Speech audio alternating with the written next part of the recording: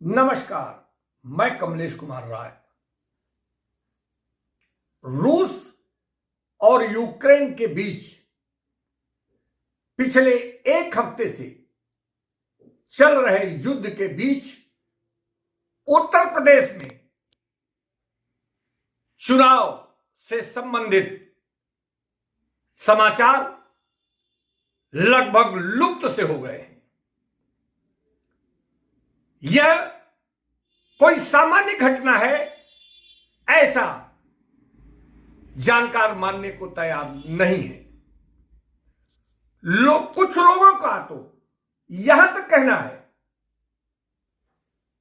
कि रूस और यूक्रेन के बीच जो घमासान युद्ध हो रहा है उसके चलते उत्तर प्रदेश के महत्वपूर्ण विधानसभा के चुनाव के सारे समाचार यानी कि 10% भी चुनाव समाचार पूरे दिन में न दिखाए जाएं, यह समझ से परे है। लोगों का मानना है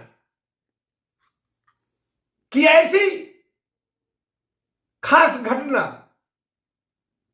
या ऐसी स्थिति सरकार की सहमति के बगैर लगभग कर पाना नेशनल मीडिया के लिए नामुमकिन सा लगता है। जिस ढंग से चुनाव में प्रधानमंत्री तक के कार्यक्रमों को कवर नहीं किया जा रहा है। पिछले दिनों वाराणसी में ही प्रधानमंत्री नरेंद्र मोदी के द्वारा अपने दौरे में लोगों को संबोधित किया गया, विश्वनाथ मंदिर का दर्शन किया गया, लेकिन नेशनल मीडिया ने जो प्रधानमंत्री के क्षण क्षण के समाचार को कवर जिसके द्वारा किया जाता है, वाराणसी के दौरे को लगभग नजरअंदाज किया गया। यह महत्वपूर्ण स्थितियां देखने पर हर आम और खास आदमी जरूर आश्चर्य व्यक्त करते देखा जा सकता है। 2022 के वर्तमान उत्तर प्रदेश के चुनाव में पूर्व के चुनाव से इधर कुछ खास स्थितियां देखने को भी जरूर मिल रही हैं। मसलन एंटी इनकम्बेंसी की यदि हम बात करें तो प्रदेश सरकार और मुख्यमंत्री योगी से ज्यादा केंद्र और प्रधानमंत्री नरेंद्र मोदी के प्रति एंटी इनकम्बेंसी से परेशानी और दिक्कतें इस चुनाव में भाजपा को देखने को मिल रही हैं। वहीं दूसरी तरफ पोलराइजेशन के लिए पूरी ताकत झोंक दिए जाने के बाद भी पोलराइजेशन की स्थितियां प्रदेश में नहीं बन पा रही। आतंकवाद से जहां सपा सुप्रीमो अखिलेश यादव को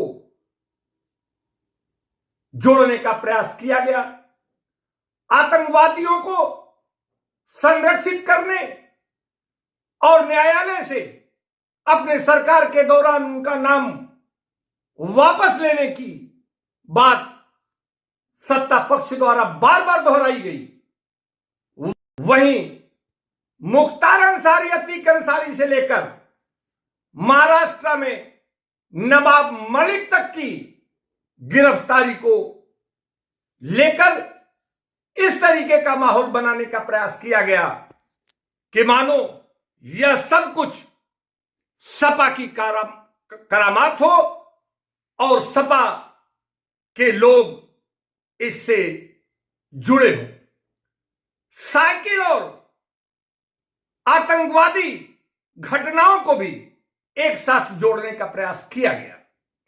बावजूद इसके चाहे आतंकवादियों के नाम पर या हिंदू मुसलमान के नाम पर, मंदिर मस्जिद के नाम पर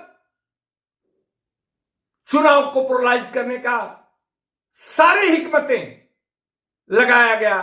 बावजूद इसके वर्तमान स्थिति कुछ इस तरीके की है कि प्रदेश में पोलराइजेशन होने का कहीं नामो निशान नहीं देखा जा सकता। उपभोक्ता मंच ने अपने सर्वे में पाया कि हर व्यक्ति एक मन बनाकर बैठा हुआ है। यदि कोई व्यक्ति, ये कोई मतदाता हिंदू मुस्लिम, हिंदुस्तान पाकिस्तान या मंदिर मस्जिद से प्रभावित है, तो वह किसी दूसरे की बात सुनने को तैयार नहीं है। अगर मतदाता बेरोजगारी और महंगाई से पीड़ित है, तो वह मन बना चुका है कि उसे किसे मत देना है, और उसके मतदान का आधार महंगाई और बेरोजगारी का होना निश्चित है। जातिवाद पर यदि कोई वोट देना चाहता है और वह इन चीजों से प्रभावित है, तो वह भी किसी की बात सुनने को तैयार नहीं है। कुल मिलाकर चाहे सत्ता पक्ष से जुड़े नेता हो या विपक्ष के, चाहे वह जो भी बात सार्वजनिक रूप से उनके द्वारा कहा जा रहा है, लोगों को उकसाने या बहकाने का प्रयास किया जा रहा है, लेकिन उपभोक्ता मंच ने यह पाया कि हर व्यक्ति, हर मतदाता कहीं न कहीं से मन बना चुका है और उस पर किसी भी नेता के किसी भी भाषण का कोई असर होते हुए नहीं देखा जा रहा है।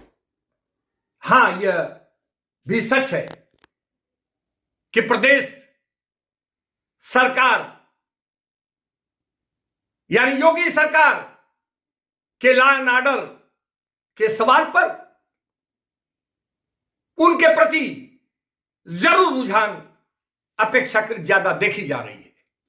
हालांकि योगी सरकार के ही इसी कार्यकाल में एक भाजपा विधायक द्वारा जहां महिला के साथ बलात्कार की घटना हुई, एक महिला के साथ बलात्कार के बाद आधी रात में पुलिस के देखरेख में उसकी लाश को जलाया गया।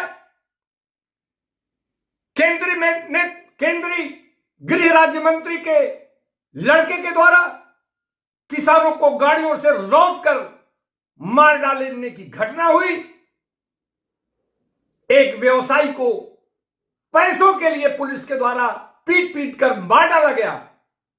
ऐसी तमाम घटनाएं हुई जिसे नजरअंदाज नहीं किया जा सकता है। बावजूद इसके 2017 से 2022 तक की योगी सरकार को पिछली सरकारों से लॉ एंड ऑर्डर के विषय में लोगों की अपेक्षा बेहतर जरूर माना जा रहा है। लेकिन वहीं केंद्र सरकार से जुड़े सवाल, महंगाई और बेरोजगारी से लोग परेशान हैं और लोगों का मानना है कि प्रधानमंत्री नरेंद्र मोदी की विश्वसनीयता निश्चित रूप से पहले से घटी है, जो चिंता का विषय लोगों के मन में है। कुल मिलाकर आने वाले 10 मार्च को किसने क्या बोया है वही वह काटेगा, यह तो तय है। लेकिन इसके संकेत मिलने जरूर शुरू हो चुके हैं। उपभोक्ता मंच के लिए आज बस इतना ही। नमस्कार।